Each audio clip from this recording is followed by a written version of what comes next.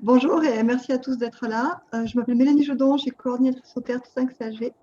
Cette session aura pour thème VIH, maladie du foie et Covid-19. Et nous avons la chance d'avoir avec nous Dr Géré, qui nous parlera VIH et Covid-19, et le Dr Hélène Fontaine, dont la présentation s'intitule Maladie du foie et Covid-19, liaison dangereuse. On va commencer par la présentation du Dr Géré. Alors, Dr Géré, vous êtes infectiologue à l'hôpital du Kremlin-Bicêtre. Parallèlement, vous menez une activité de recherche. Et en avril 2020, vous avez mis en place l'étude Covid-HIV, ou Covid-19, vous nous direz comment ça se prononce, qui devrait permettre de caractériser cliniquement la maladie du Covid-19 chez les personnes qui vivent avec le VIH et étudier les liens avec la physiopathologie de l'infection par le VIH. Docteur Chéret, je vous laisse la parole. Alors, écran partagé. Hop, il faut que je retrouve.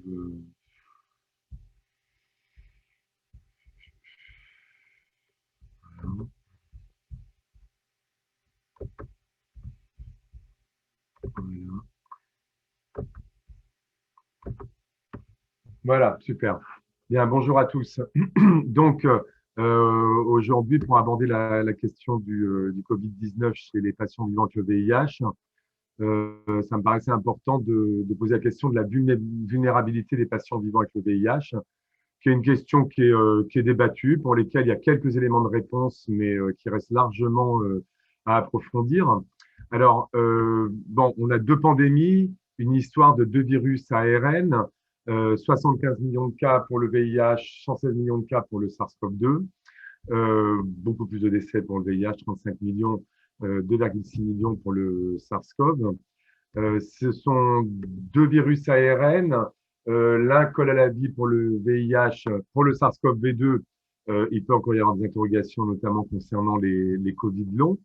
Et pour aborder la vulnérabilité, on peut l'aborder avec un regard plutôt, j'allais dire, sur le plan socio-anthropologique, avec un regard également sur le plan physiopathologique et sur le plan clinique.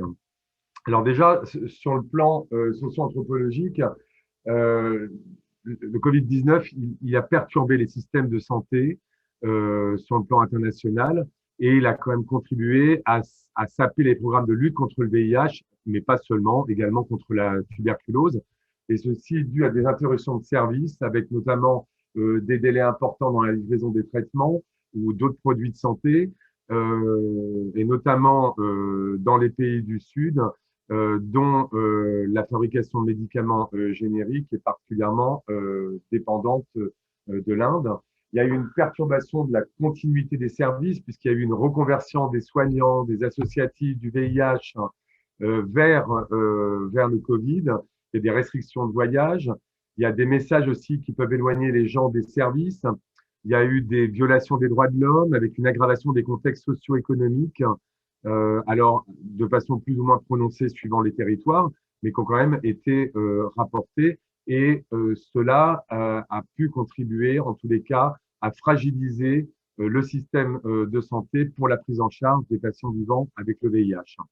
Une autre illustration, celle-ci, en miroir de la cascade de la cascade de traitement et de tests VIH sur le plan mondial, il a été mis en évidence que l'impact de 6 mois d'interruption du Covid, si c'était dans ce cadre-là, on aurait un nombre de décès additionnel en Afrique subsaharienne de 560 000 décès. Et si on n'avait que 20% de traitement à interruption, entre guillemets, on avait nombre de décès additionnels de 100 000 décès sur ces modélisations effectuées par l'OMS. Et de façon équivalente, l'interruption de 6 mois de programme de prévention de la transmission materno-fétale pourrait entraîner une augmentation de 40 à 80% des nouvelles infections VIH chez les enfants. Et donc finalement, ça ne passe pas. Excusez-moi, ça fait longtemps. Il y a une fragilité des patients vivant avec le VIH, particulièrement dans les pays du Sud. Alors, il y a l'expérience de la pandémie VIH et il y a des réponses. Il faut apprendre des réponses de la pandémie VIH. à savoir notamment qu'il est important d'anticiper les inégalités en matière de santé, que les réponses à la Covid-19 doivent être absolument fondées sur les droits de l'homme et de l'égalité en évitant toute mesure discriminatoire et marginalisation.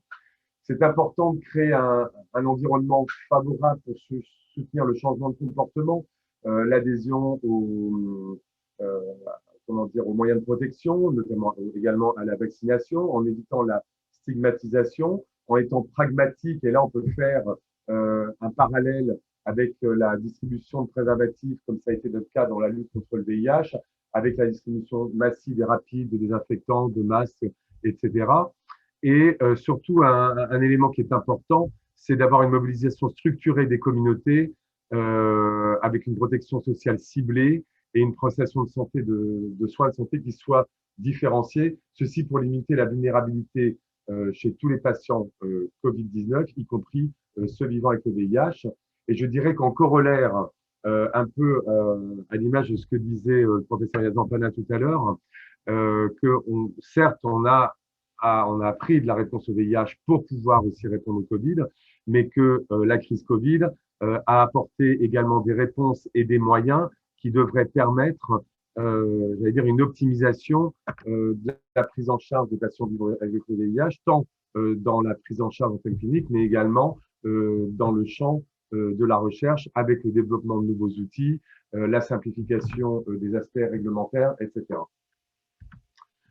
Alors, très rapidement, pour un bref rappel immunopatho, bon, l'infection par le SARS-CoV-2, quand tout se passe bien, que le système immunitaire est adapté et bien compétent pour éliminer le virus, on ne se retrouve pas dans le deuxième cas de figure ici en bas du schéma, où il y a un emballement de la réponse immunitaire lié à une dysfonction initiale de la réponse lymphocytaire et immunitaire, même au sens large.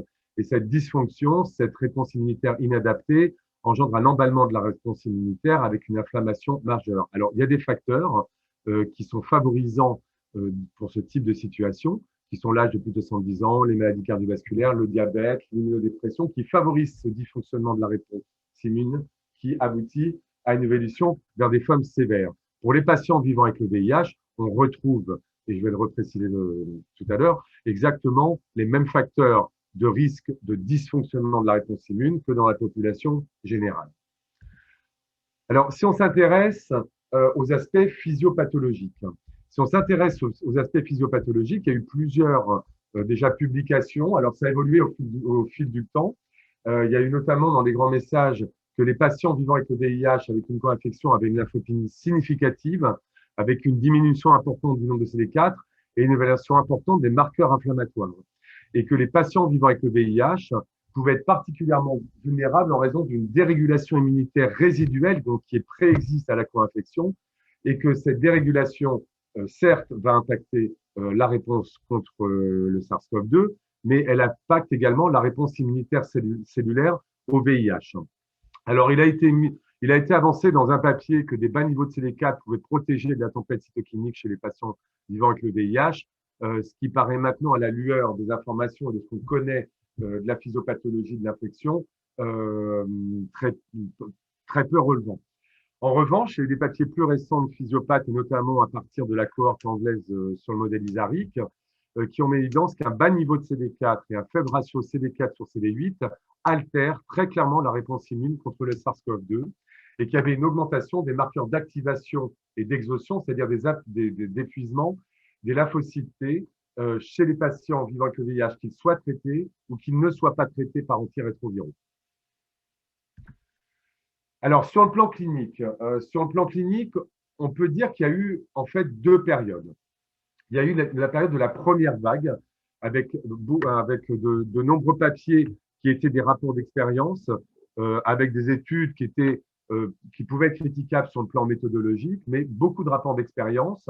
Et on pouvait noter à l'issue de la première vague que finalement les présentations cliniques étaient similaires chez les patients vivant avec le VIH par rapport au non-VIH, que les facteurs de risque de Covid-19 sévère étaient similaires dans les deux populations, qu'il n'y avait pas de surrisque de faire une forme grave, sauf si les patients vivant avec le VIH présentaient des comorbidités qui étaient des facteurs de risque identifiés dans la population générale, et que l'infection par le VIH non traité pouvait être une comorbidité très grave du Covid-19, mais cependant, dans ce papier qui a été publié en 2021, les patients vivant avec le VIH traité ne présentaient pas plus de risques que les patients VIH. Et puis, après la première vague, donc au moment de la deuxième vague, sont sortis des papiers sur des études plus robustes, menées notamment sur les modèles ISARIC, qui ont retrouvé à ce moment-là qu'il y avait plus de facteurs de comorbidité chez les patients vivant avec le VIH, que les patients de moins de 50 ans avaient un risque de décès plus important et qu'il y avait un surrisque chez les patients vivant avec le VIH de faire une forme grave. Ça a été retrouvé donc dans une cohorte sur New York, ça a été retrouvé également sur une cohorte en Afrique du Sud où le statut de VIH pouvait être considéré comme un facteur de risque indépendant de décès et avec des résultats aussi similaires chez les Anglais. Alors, l'autre point à aborder, c'est les traitements antirétroviraux dans la co-infection SARS-CoV-2. Il y a eu des études qui ont été effectuées alors, avec le Kaletra, et je vous ai représenté ici sur les deux graphes la décroissance de la charge virale chez les patients co-infectés de la charge virale SARS-CoV-2. Il n'y avait aucune différence que les patients aient un traitement par l'opinavir ou pas. Et en termes comment dire, d'événements cliniques, il n'y avait pas de différence non plus. Donc, bon, il n'y avait pas beaucoup de résultats intéressants dans ce sens-là. Les résultats de Discovery vont dans le même sens.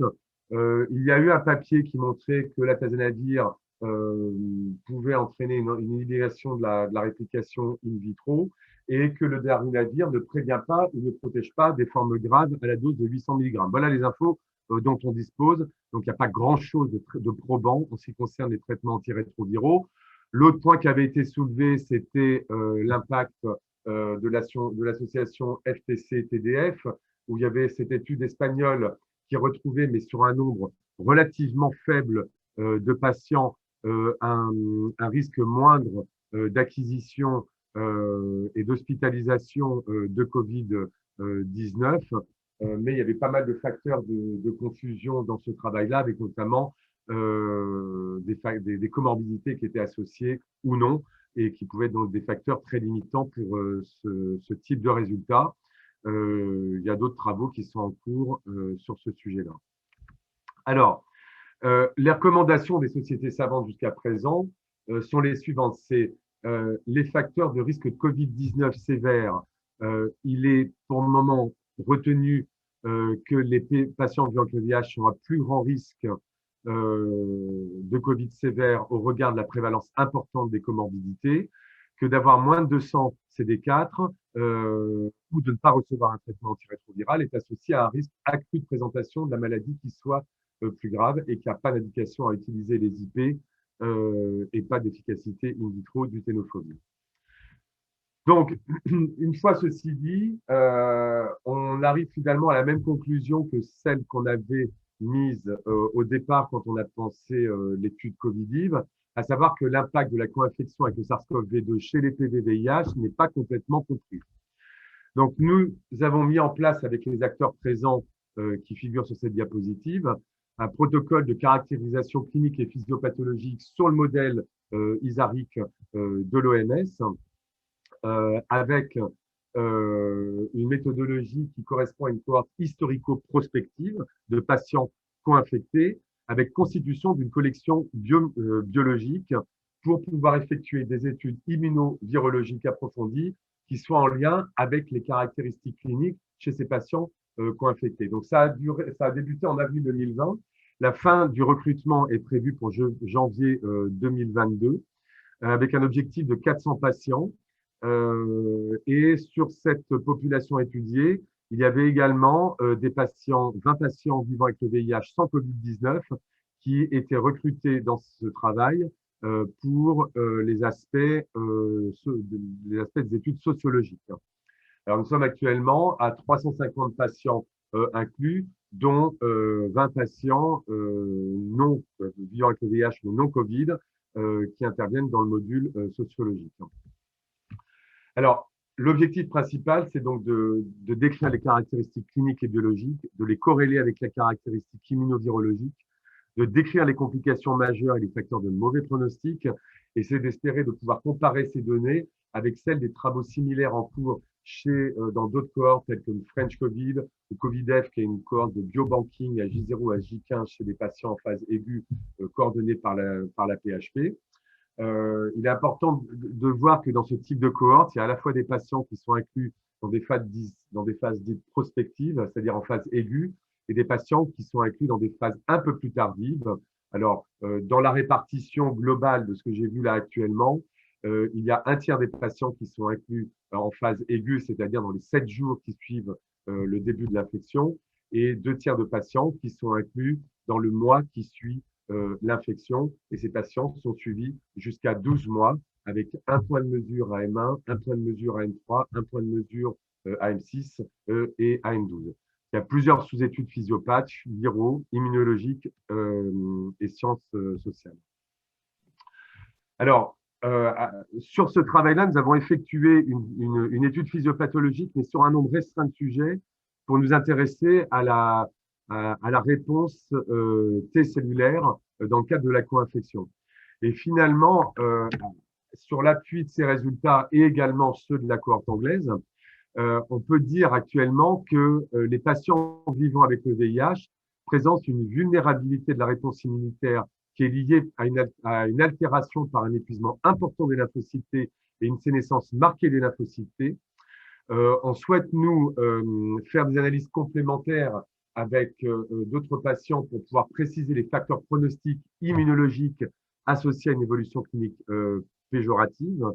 On pense aussi mettre en place, et c'est ce qui doit se faire au cours de l'année 2021-2022, l'étude de la fonctionnalité des lymphocytes T contre le SARS-CoV-2, notamment au regard des différents variants, et ceci pour préciser la relation entre les profils immunitaires observés et l'activité antivirale. Alors tout ça, ça soulève des questions. Ça peut soulever la question de l'intérêt d'une indication de traitement par corticoïdes plus large chez les patients vivant avec le VIH qui sont co-infectés, en fonction du ratio CD4 sur CD8 et des CD4 pour peut-être limiter l'évolution des formes graves. Et on peut se poser la question de l'efficacité de la vaccination chez les patients vivant avec le VIH selon le niveau d'immunodépression. Voilà pour les éléments clés à transmettre et pour susciter des questions, j'espère. Merci à vous. Voilà. Merci beaucoup. On va passer à la présentation du docteur Hélène Fontaine.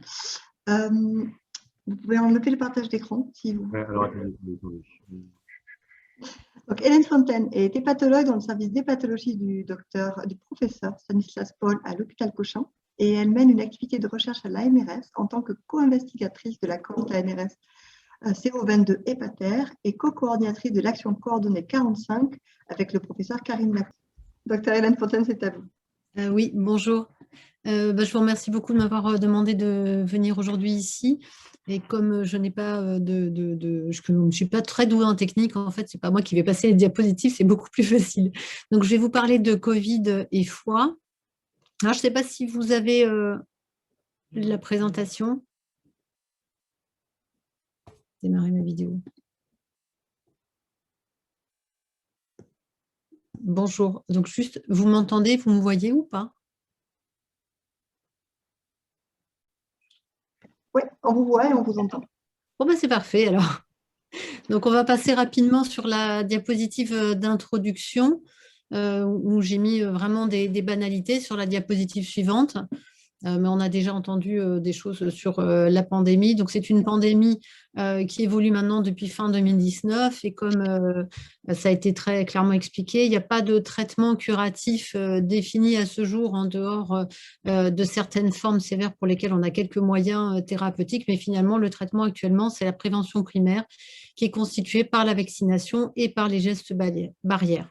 Et comme on le vit tous au quotidien, ça a modifié clairement nos habitudes de vie, avec la prise en charge des patients infectés et des problèmes au niveau de la prise en charge des patients non infectés. Ça a été dit tout à l'heure, juste maintenant pour le VIH, ça sera aussi le cas pour les hépatites. Diapositive suivante.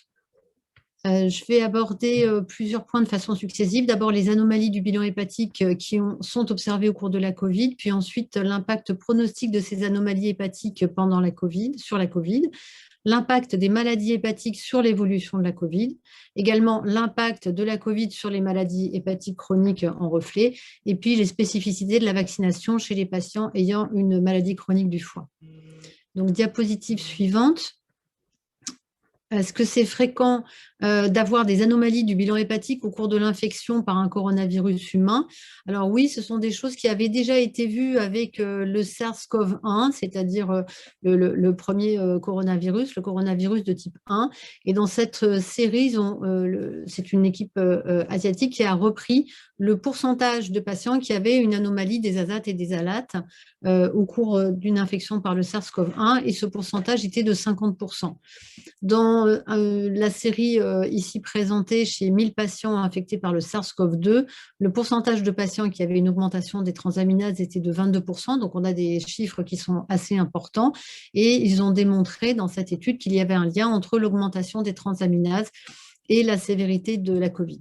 Alors, dans cette série, 5% des patients avaient été admis en soins intensifs, 2% avaient été ventilés, 0,4% étaient décédés, et le fait d'avoir des enzymes du foie azate ou alate supérieures à 2 fois la normale était associé à 8 fois plus de risque de forme sévère de la COVID. Diapositive suivante. Alors, c'est aussi ce qu'on retrouve dans d'autres... je suis désolée, je ne vois pas bien toute la diapositive, mais ça va aller. C'est ce qu'on voit également dans d'autres études. Là, vous voyez, les études sont très diverses, avec des effectifs qui sont très variables dans la deuxième colonne. Et dans la dernière colonne, on voit que dans ces différentes études, le pourcentage de patients ayant une anomalie du bilan hépatique va s'étaler entre 15 et 50%. Alors, la question qui est toujours posée, c'est de savoir quel est le pourcentage de patients qui avaient initialement une hépatopathie chronique connue, parce que bien sûr, si un patient a une cirrhose, quelle que soit la cause, et qu'il a une COVID, il aura bien sûr des perturbations du bilan hépatique qui vont être préalables à la COVID. Et dans ces différentes études, le pourcentage de patients qui avaient une maladie du foie avant d'avoir la COVID variait entre 2 et 10%.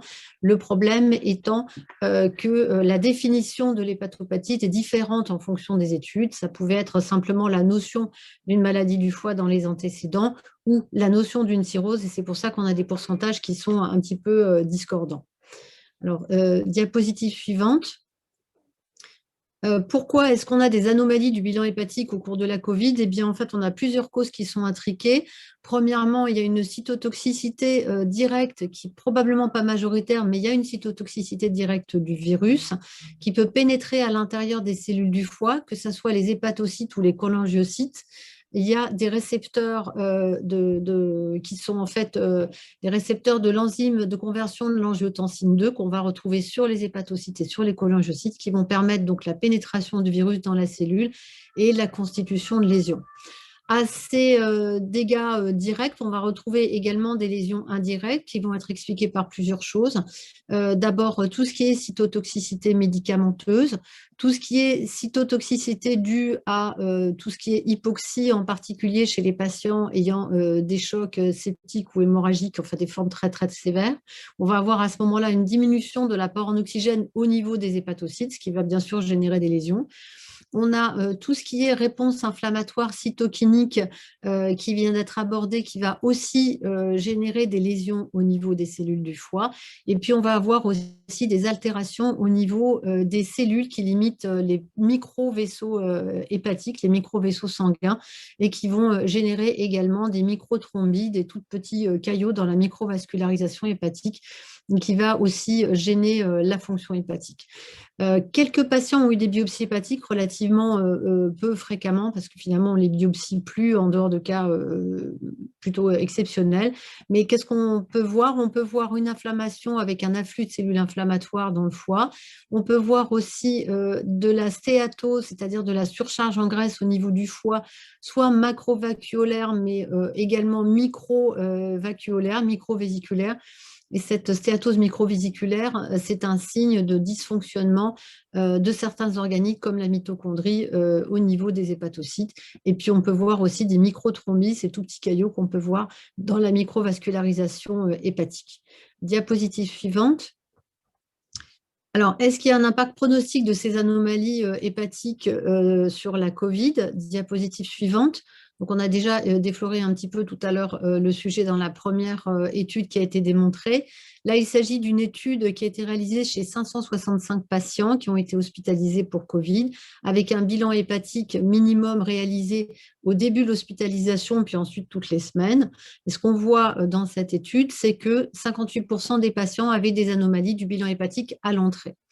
Ensuite, ce qui a été démontré aussi dans cette étude, c'est que les patients aient un état respiratoire peu sévère ou très sévère, le fait d'avoir des anomalies du bilan hépatique, vous voyez sur les colonnes grisées, est un facteur de risque de forme sévère avec plus de transferts en unité de soins intensifs et plus de décès. C'est ce qu'on voit sur cette courbe, hein, quand on regarde en fonction des jours d'hospitalisation. Les patients qui ont un bilan hépatique anormal initialement vont avoir plus de risques de transfert en unité de soins intensifs ou de décès que les patients qui ont un bilan hépatique normal. Et au total, on a 3,53 fois plus de risques de forme sévère quand le bilan hépatique est anormal initialement. Diapositive suivante. C'est ce qu'on retrouve également dans d'autres études. Hein. Donc là, j'ai remis un peu une revue de la littérature. Vous voyez, il y a des études avec des effectifs qui sont très différents. On retrouve à peu près toujours la même chose, c'est-à-dire que l'augmentation des enzymes du foie est plus marquée chez les patients qui ont des formes sévères. Alors pourquoi est-ce qu'on a des pourcentages qui sont un peu discordants? Eh bien parce que dans les différentes séries, on va avoir des définitions différentes de la perturbation du bilan hépatique. Ça peut être des enzymes du foie qui sont juste au-dessus de la normale ou au contraire supérieures à 2 fois la normale, par exemple. Et puis, on va avoir aussi des définitions de la COVID sévère qui vont être différentes selon les études. Pour certains, la forme sévère sera définie par le décès, ou par le décès et l'intubation, ou par le décès, l'intubation, l'unité de soins intensifs, ou alors le fait d'être hospitalisé. Donc, c'est pour ça qu'on a des chiffres qui sont un petit peu différents, mais ce qu'il faut retenir, c'est qu'on a cette même tendance. Si le bilan hépatique est perturbé initialement, le patient a des lésions plus sévères. Diapositive suivante. Ensuite, quel est l'impact des maladies hépatiques sur l'évolution de la COVID? Diapositive suivante. On sait qu'il y a un certain nombre de comorbidités qui vont favoriser une évolution sévère de la COVID. Et la question qui a été posée, c'est est-ce que le fait d'avoir une maladie hépatique chronique initialement est un facteur de risque d'évolution sévère de la COVID? Dans les premières études qui ont été publiées, dont cette méta-analyse en 2020, il n'apparaissait pas de rôle délétère de l'hépatopathie sur l'évolution de la COVID. Et dans cette méta-analyse, les comorbidités qui ressortaient comme étant associées à une sévérité de la COVID marquée, c'était l'hypertension, le diabète, la bronchite chronique obstructive et les maladies cardio- et cérébrovasculaires. Et c'est vrai que c'est toujours, ça a bien sûr été vérifié par la suite. Mais vous voyez que finalement, on va retrouver dans ces comorbidités hypertension et diabète, également maladies cardiovasculaires. Et en fait, l'association de hypertension artérielle, diabète et maladies cardiovasculaires, c'est ce que nous, on voit habituellement chez des patients qui ont des stéatoses métaboliques. Diapositive suivante. D'où cette étude qui avait pour objectif de regarder de façon vraiment spécifique l'impact de la stéatose métabolique sur l'évolution de la COVID dans une série de 202 patients dont les antécédents étaient bien connus. Au total, 50% d'entre eux avaient des anomalies du bilan hépatique à l'admission, 20% allaient présenter une forme grave de COVID. Et dans cette étude, il a été montré que le fait d'avoir une stéatose métabolique augmentait par un facteur 6 l'évolution vers un COVID sévère. Alors, d'autres études ont retrouvé à peu près les mêmes chiffres, mais avec des risques relatifs qui pouvaient varier en fonction des études. Et en particulier, celle de Zhou a montré que l'impact de la stéatose était vrai, mais peut-être qu'il allait être plus facilement vérifié chez les personnes jeunes que chez les personnes âgées. Pourquoi? Simplement parce que quand on a 80 ans, le risque lié à l'âge est tellement important qu'il va gommer en fait celui qui est lié à d'autres comorbidités, dont la stéatose. En tout cas, dans cette étude, le fait d'avoir une stéatose métabolique était associé à un risque de progression plus sévère de la COVID, à plus d'anomalies du bilan hépatique et également à une prolongation de la période pendant laquelle la PCR restait positive. Diapositive suivante. Alors après, cette première méta-analyse et l'étude sur l'astéatose, on a d'autres réponses qui sont issues du registre TrimNext, qui est un registre américain.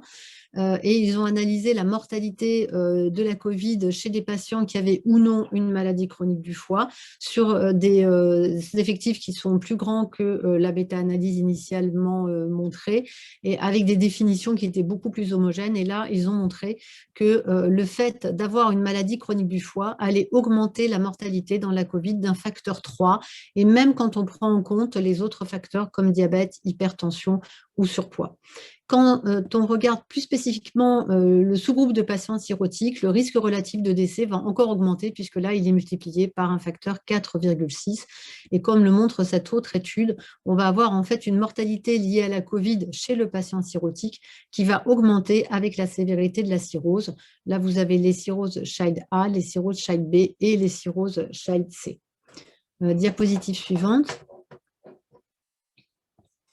Alors ça, c'est une autre étude qui est très intéressante, qui a repris en fait les données sur 260 000 hospitalisations dans le PMSI et qui a regardé l'impact de la maladie hépatique et du mésusage d'alcool dans la mortalité à 30 jours en France et dans le recours à la ventilation mécanique.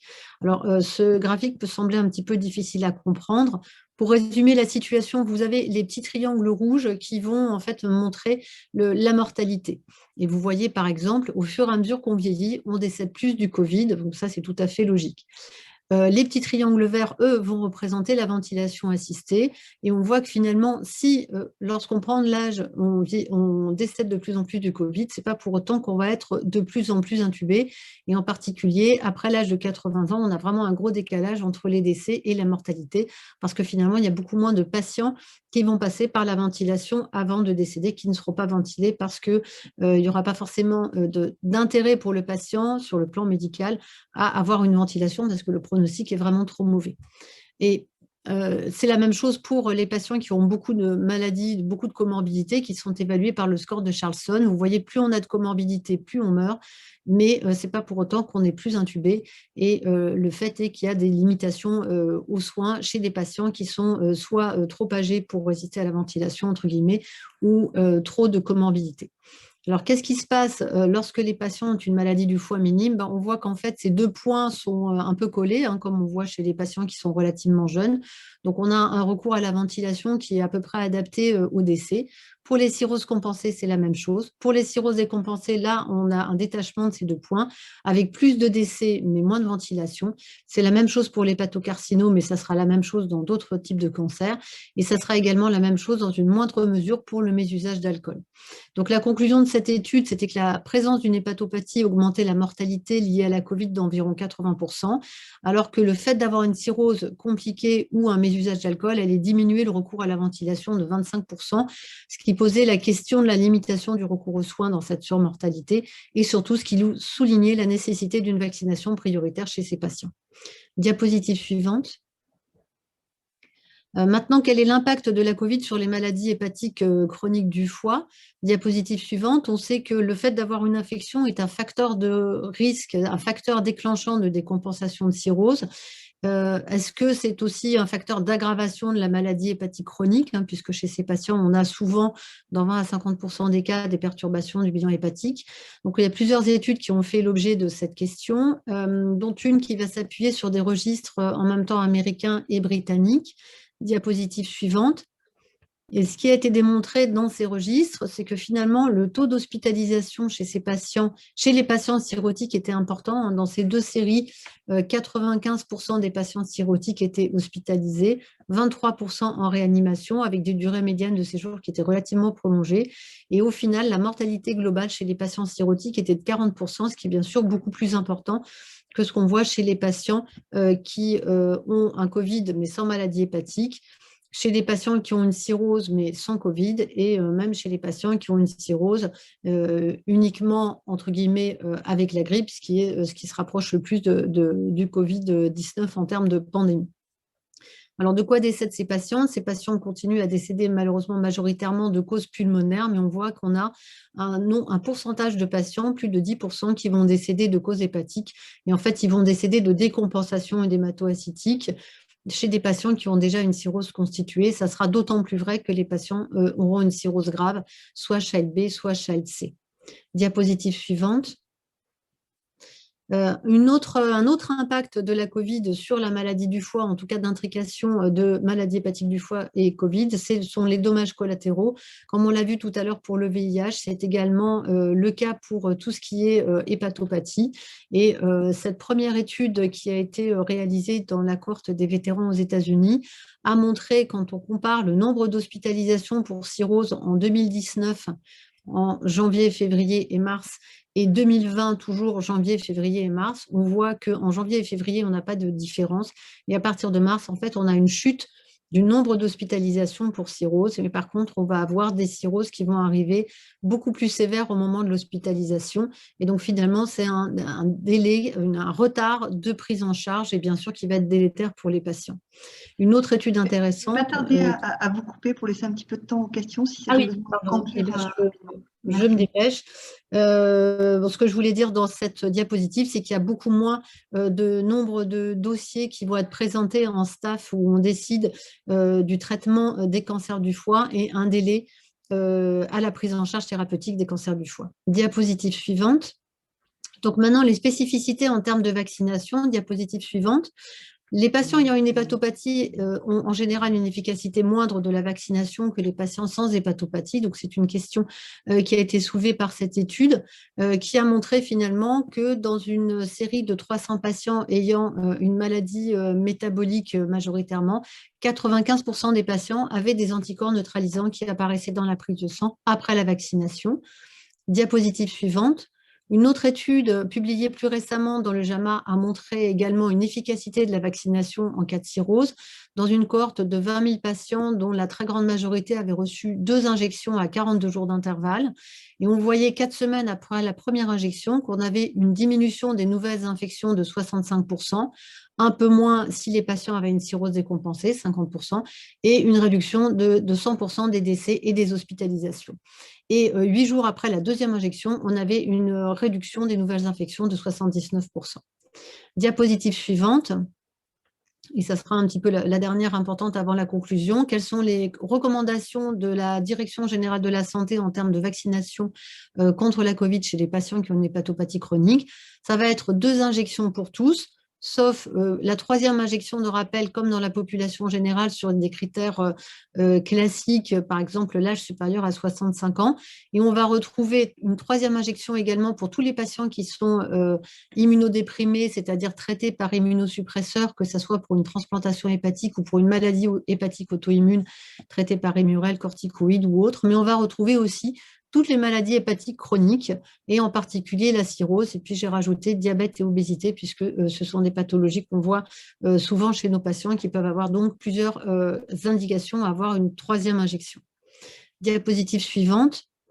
Donc en conclusion, ce qu'on sait, ce qui est un peu évident maintenant dans les intrications entre Covid et foie, c'est que l'atteinte hépatique est fréquente mais qu'elle est souvent peu sévère, qu'elle a cependant une valeur pronostique sur la sévérité de la Covid et c'est probablement un mécanisme indirect.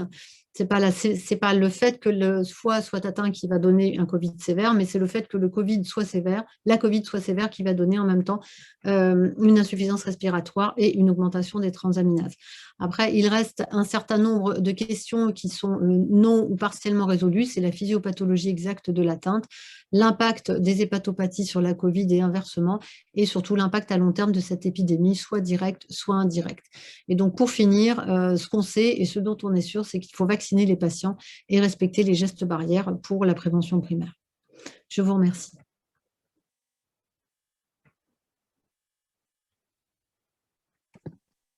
Alors, merci beaucoup pour ces 2 présentations très riches. On va commencer à prendre des questions. Je rappelle aux participants qu'ils peuvent poser des questions grâce au QR qui se trouve dans la barre des tâches sous votre écran, qui est questions-réponses. Alors, Docteur Chéret, on a plusieurs questions qui se rejoignent, donc je vais vous les poser toutes les 3, puis je vous laisserai y répondre. On a une question qui était arrivée sur la première table ronde qui était « Que pensez-vous de la communication récente de l'OMS sur le surrisque de morbidité et de mortalité lié à la COVID-19 chez les PVIH? Il semble que les données recueillies concernent quasi exclusivement l'Afrique du Sud et pourtant elles sont présentées comme généralisables.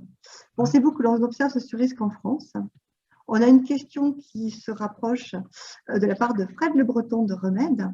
L'étude OMS en Afrique du Sud avait plusieurs limites, notamment aucune donnée n'a été récoltée sur la charge virale et les CD4 des personnes hospitalisées pour cause de Covid-19 sévère. Comment interpréter ces résultats sans données? Ouais. Alors, effectivement, je l'ai mentionné, hein, cette étude tout à l'heure dans la présentation. Alors, c'est une population d'Afrique du Sud. C'est pas une population caucasienne comme en Europe.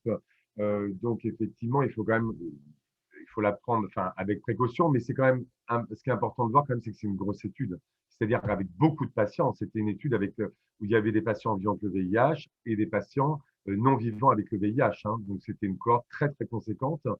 Elle est quand même en miroir de ce qu'ont trouvé les Anglais dans leur cohorte isarique, et elle va dans le sens d'autres petites études espagnoles, new-yorkaises, cette fois-ci avec des populations différentes, qui tendent avec un niveau de preuve beaucoup moindre à aller dans le même sens.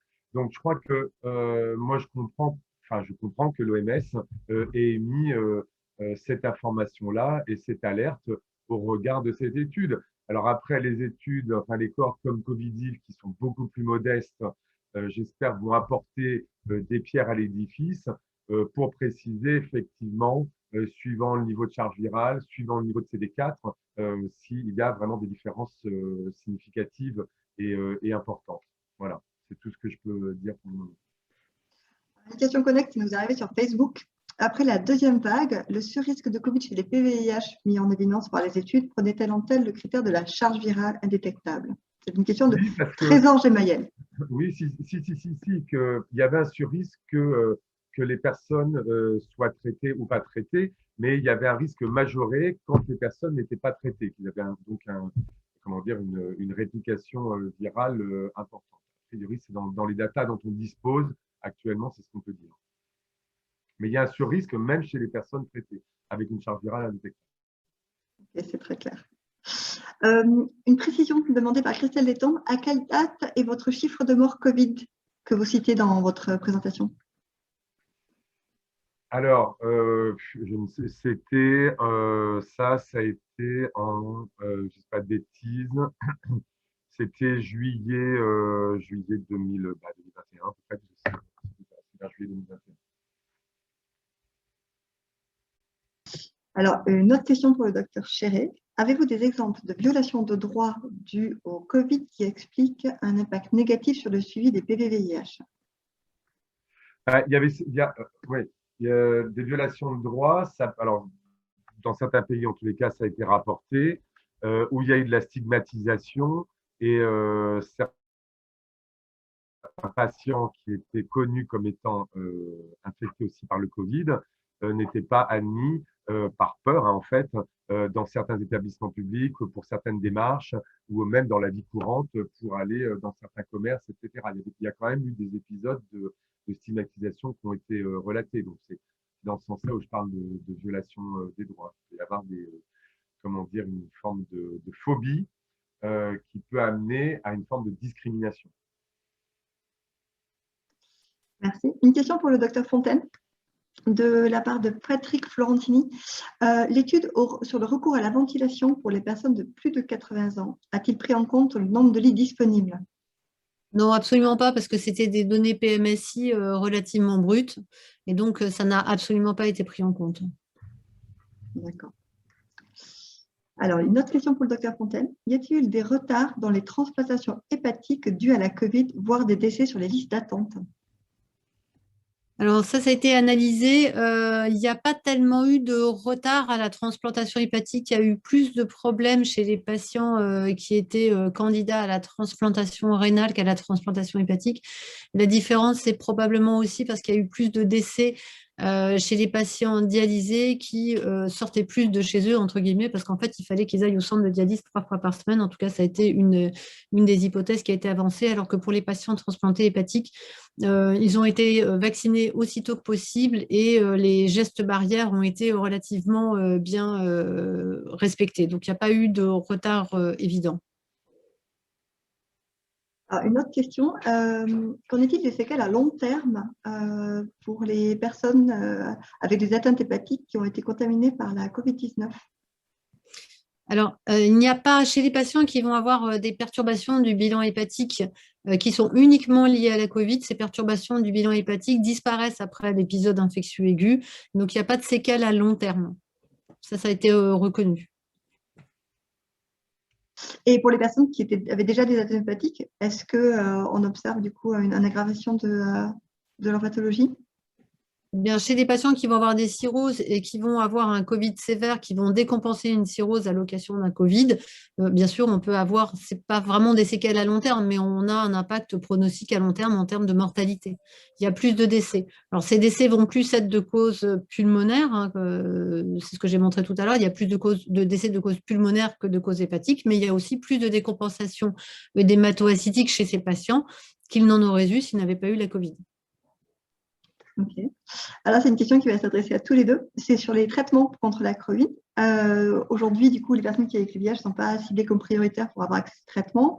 C'est le cas, par contre, pour certaines personnes avec des atteintes du foie. D'une part, que pensez-vous de ces traitements? Est-ce qu'on a des données sur leur efficacité? Et d'autre part, quels sont les critères de priorisation pour avoir accès à ces traitements?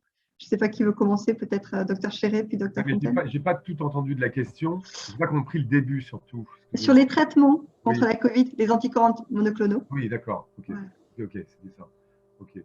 Et donc, la question, c'est de savoir pourquoi est-ce que les patients vivant avec le VIH ne sont pas prioritaires, c'est ça? Et est-ce qu'ils doivent l'être? Et est-ce qu'on a des données sur de l'efficacité de ces traitements sur les personnes? On n'a pas de données, c'est en cours d'étude, hein, ça. Enfin, chez les patients vivant avec le VIH, en tous les cas. Maintenant, bon, je pense qu'il y a des RCT qui sont en place dans les hôpitaux aussi pour l'utilisation des anticorps monoclonaux. On sait qu'il y a eu une extension de l'utilisation des anticorps monoclonaux récemment.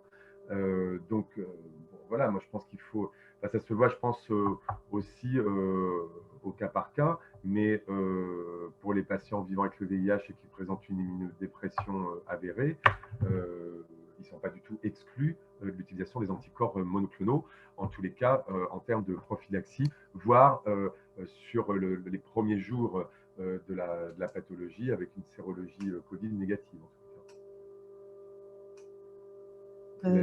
Sur le côté hépatologique, ce sont principalement les patients qui sont transplantés hépatiques qui pourront bénéficier de ces anticorps antimonoclonaux parce que ce sont les moins bons, enfin parmi toutes les pathologies hépatiques, ce sont les moins bons répondeurs à la vaccination.